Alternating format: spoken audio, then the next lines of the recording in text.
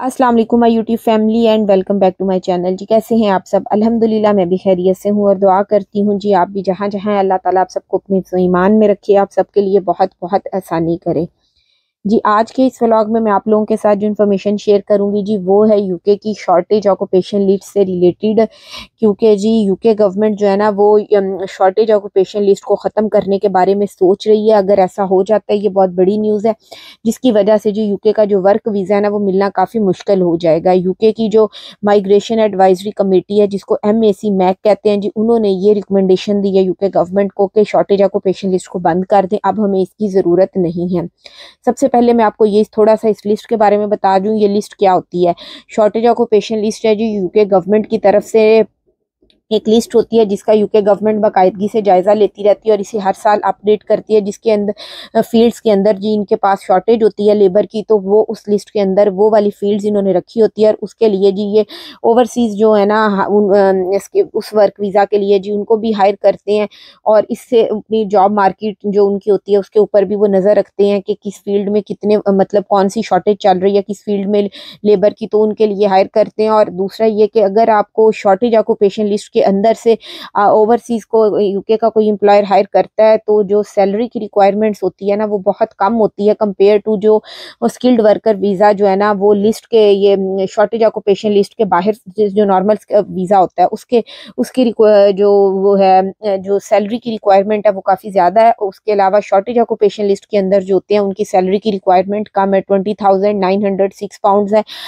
और उसके अलावा अगर आपको शॉर्टेज ऑक्यूपेशन लिस्ट के अंदर से ही जी आपको कोई जॉब के लिए अप्लाई आप करते हैं और वीज़े के लिए फिर आप अप्लाई करते हैं तो सीधे सीधे 20 पॉइंट्स जो होते हैं जी आपको वो भी मिल जाते हैं। जैसा कि यूके के वीज़ा के लिए 70 पॉइंट्स जो होते हैं ना वो मिलते हैं,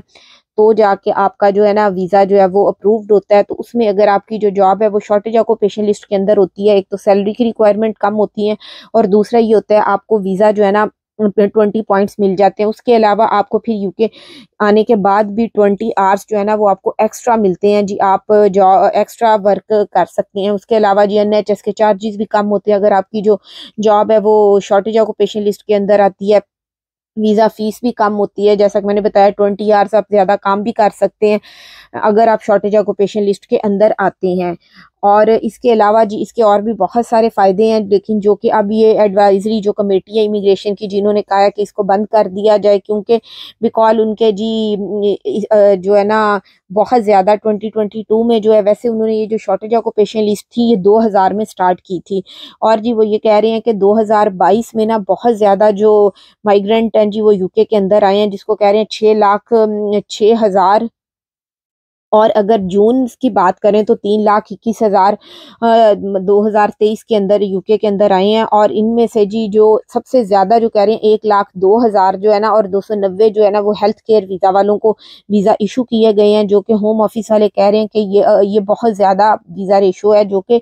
157% जो है ना वो इंक्रीज़ हुआ है प्रीवियस पिछले साल से ना ज़्यादा मतलब ये वीज़े दिए गए हैं, जिससे ये पता चलता है कि इस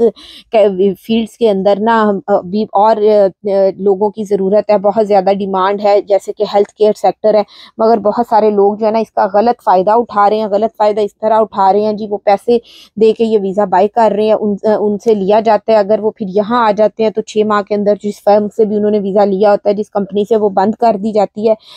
और इस वीज़ा के ऊपर जी हेल्थ केयर वीज़ा के ऊपर, वर्क वीज़ा के ऊपर जो शॉर्टेज ऑक्यूपेशन लिस्ट के अंदर वीज़ाज़ हैं जी उनके ऊपर बहुत ज़्यादा स्कैम चल रहा है और स्टूडेंट वीज़ा भी बहुत ज़्यादा इशू हुए हैं, डिपेंडेंट्स के वीज़ा बहुत ज़्यादा इशू हुए हैं, जिसकी वजह से जी अब ये इमिग्रेशन को कंट्रोल करने का हम सोच रहे हैं और इसीलिए जो डिपेंडेंट्स के जो वीज़ाज़ हैं वो 1 जनवरी 2024 से बंद कर दिए गए हैं। लेकिन 5 से 7 ऐसी फील्ड्स हैं जिनकी रिकमेंडेशन दी हैं जी ये माइग्रेशन एडवाइजरी जो कमेटी है उन्होंने कहा जी इनको रखा जाए जबकि बाकी सबको ख़त्म कर दिया जाए। तो जो 5 ये उन्होंने रिकमेंडेशन दी हैं जी, इनमें सबसे पहले मैं आप लोगों को ये बता दूं, क्योंकि बहुत सारे जो मेरी वीडियोस देखते हैं वो हेल्थ केयर वीज़ा से रिलेटेड होती हैं, तो उसके अंदर जी हेल्थ एंड केयर वीज़ा, हाँ home care visa career job जी, ये उसके अंदर मौजूद है लिस्ट के अंदर, जो कि उन्होंने 5 से 7 रिकमेंडेशंस दी हैं। उसके बाद जी लेबॉर्ट्री टेक्नीशियंस है, फार्मास्यूटिकल्स टेक्नीशियन है, ब्रिकलेयर्स है, काफ़ी सारी ये और है, एनिमल केयर सर्विसेज हैं, कंस्ट्रक्शन एंड बिल्डिंग से रिलेटेड है। तो care workers and home care and senior care workers जी, ये सारी जो है ना इसके अंदर मौजूद हैं। ये रिकमेंडेशंस दी हैं जी माइग्रेशन एडवाइजरी कमेटी ने यूके गवर्नमेंट को। लेकिन अगर ये शॉर्टेज ऑक्यूपेशन लिस्ट को बंद कर देते हैं, और भी बहुत सारी कैटेगरीज हैं जिनके ऊपर लोग यूके आते हैं, क्योंकि शॉर्टेज ऑक्यूपेशन लिस्ट के अंदर से अगर आपको कोई जॉब यूके के एम्प्लॉयर्स आपको हायर करते हैं तो बहुत सारे आपको फ़ायदे मिलते हैं, जो कि आसानी होती है, वीज़ा लगने के चांसेस ज़्यादा होते हैं। अगर ये बंद हो जाए तो फिर काफ़ी मुश्किल हो जाएगा यूके के वर्क वीज़ा के लिए। होप सो जी आप लोगों को मेरा आज का व्लॉग भी इंफॉर्मेटिव लगा होगा। Thank you so much for watching. जज़ाकिल्लाह खैर।